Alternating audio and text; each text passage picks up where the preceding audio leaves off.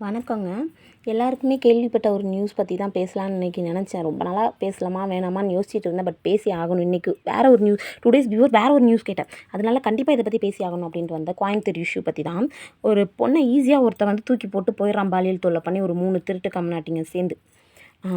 ஆனால் அந்த பொண்ணு அதை பற்றி பேசலை. ஆனால் அந்த பொண்ணு எப்படி தப்பிச்சான்றதை யோசிக்கையில் அந்த பொண்ணு எவ்வளோ தைரியமான பொண்ணு, எவ்வளோ ஒரு மாதிரி இரும்பு மனுஷின்னு கூட அவளை வச்சுக்கலாம்.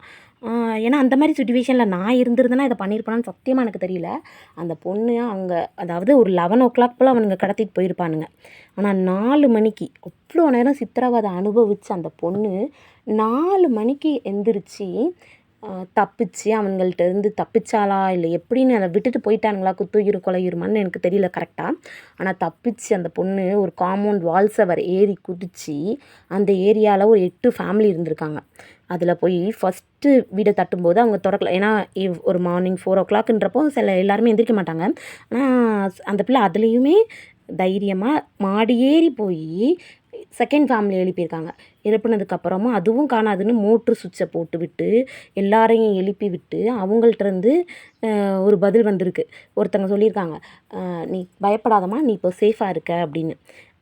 ஐ ஃபீல் எனக்கு அந்த பிருந்தாவனம் ஃபேமிலிக்கு ஒரு சல்யூட் தான் அடிக்கணும்னு நினைக்கிறேன். இந்த மாதிரி ஒரு நல்லவங்களும் இருக்கிறாங்க நம்ம நாட்டில். ஏன்னா அதே நான் அந்த மாதிரி மனுஷங்க வாழ்கிற ஒரு நாட்டிலையும் அந்த பொண்ணை தப்பு தப்பாக கமெண்ட் பண்ண மனுஷங்களும் இருக்கிறாங்க. அந்த பொண்ணை ஈஸியாக ஒருத்தன் வந்து நீ நைட்டில் இந்நேரத்துக்கு அவள் எங்கே போனா அப்படின்னு ஈஸியாக கேட்குற. ஒரு பையன் கூட இருந்தானா அவள் கேரக்டர் தப்பாக தானே இருக்கும் அப்படின்னு ஈஸியாக கமெண்ட் பண்ணிட்டு போயிடுற. இதை விட பெருசாக என்னென்னா அந்த பொண்ணு இதெல்லாம் தப்பிச்சு ஹாஸ்பிட்டல்லேருந்து வந்து ஒரு ப்ரெஸ் மீட் அட்டன் பண்ணையில் ஒரு ப்ரெஸ் கேட்டிருக்கான். அந்த ஏரியாக்குள்ளே போகும்போது அவங்க ட்ரெஸ்ஸோட கண்டிஷன் எப்படி இருந்துச்சு, எங்கே கிழிஞ்சிருந்துச்சு அப்படின்னு. ஏய், இதெல்லாம் நினைக்கையில என்னடா இது, நம்ம ஊரில் வந்து என்ன சொல்கிறதுனே தெரியல. அந்த பொண்ணு நினச்சி மட்டும்தான் ஒரு கஷ்டம். அந்த ஒரு விபத்து அதை ஒரு விபத்தாக நினச்சி அதுலேருந்து அவள் எப்படி அவளோட வாழ்க்கையை அடுத்த நிலைக்கு எடுத்துகிட்டு போகிறான்னு தெரியல.